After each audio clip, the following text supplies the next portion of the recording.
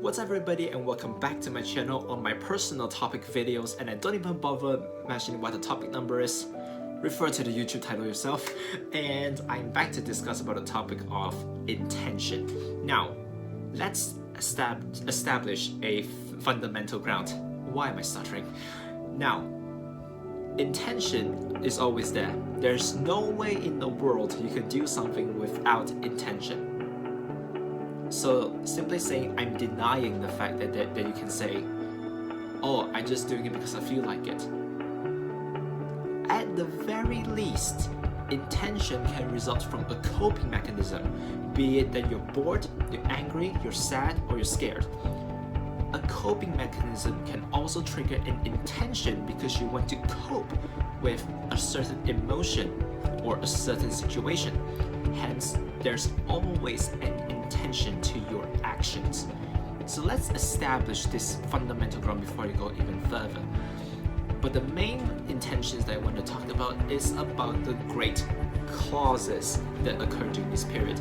Now, when we talk about during this entire global crisis, as much as you hear about people falling sick and people dying and people not following the rules, depending on the country, we're also talking about people who do great causes, be it shopping for your neighbors or just writing a few cards or baking for your friends. These are on a small scale.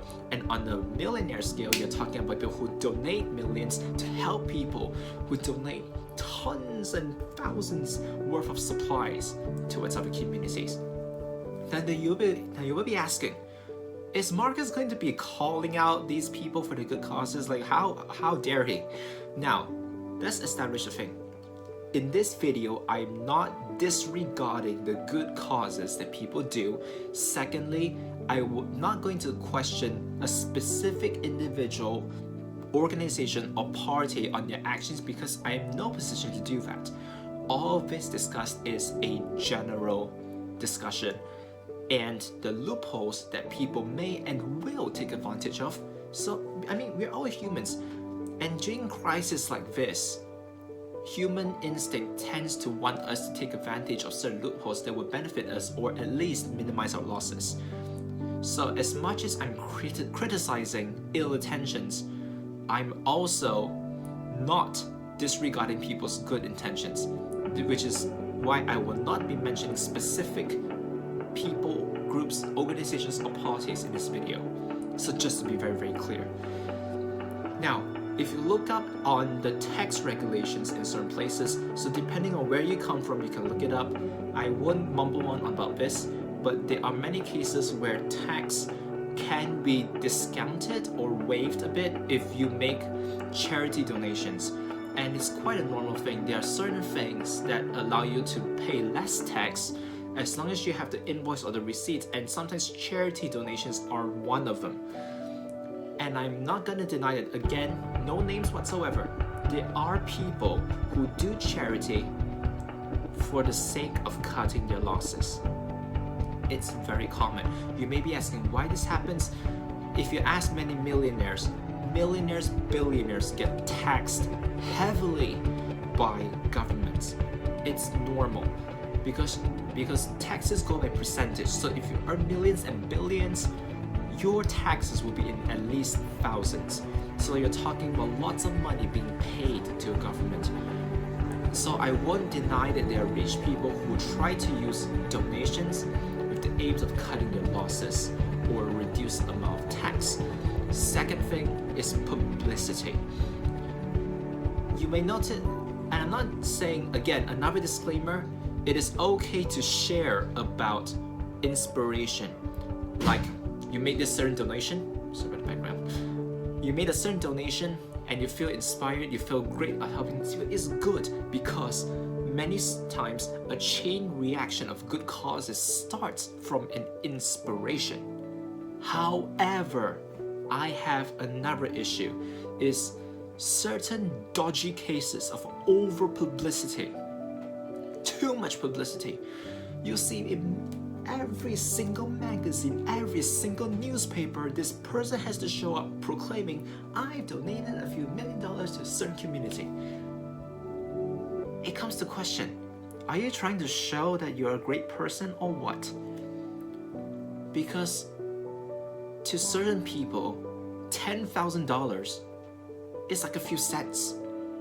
But the other people where $10 is everything they can have.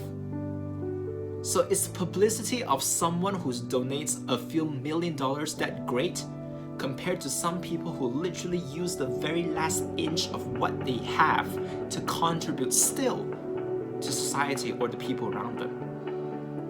Sometimes I feel even publicity itself, it can be dodgy because we are so focused on people who donate tons of sum. But what about those people who literally not donate but sacrifice? And it all comes down to intention. Sometimes when we make tiny donations, yes, we want to give a part, but we don't have much to give. Nothing wrong, because it's still a little bit of kindness, and a little goes a long way. And it is a fact, a little does go a long way. But let's focus a bit. Over publicity and dodgy publicity. Are we denying people who literally sacrifice what they could have used for themselves essentially? Or are we just wanting to promote people who can easily pull out a few thousands to donate to people? And it comes down to one thing: how do we inspire people? Are we inspiring people by showing that people that we can donate thousands when we know that many people in the community cannot do that? Or are we inspiring people by the simple actions that everyone can do? Baking for your neighbors, saying a few kind words, communicating with people that are in trouble and need of human contact, or a little bit of words of encouragement. What about these? Don't these deserve a bit of credit? Why the publicity of the millions of donations when there should be more inspiration of tiny acts of kindness that are a lot more contagious and practical than donating millions and thousands? So I hope this is a bit of a reflection, and this video is not going to be too long. I'm not going to drag on.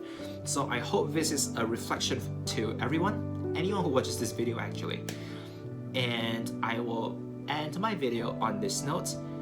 And again, during this period, even though many places are reopening, but still stay safe, take care, and I'll see you on the next one. Ciao.